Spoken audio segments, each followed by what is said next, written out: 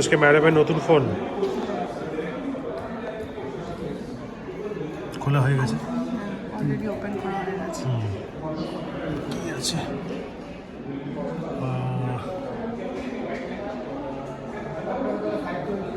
16E white.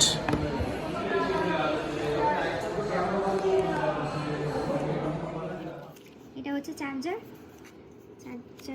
Cord. এখন সব C type charger. এবার এটার জন্য আলাদা অ্যাডাপ্টার কিনেছি, এটার সাথে এটা লাগিয়ে এবার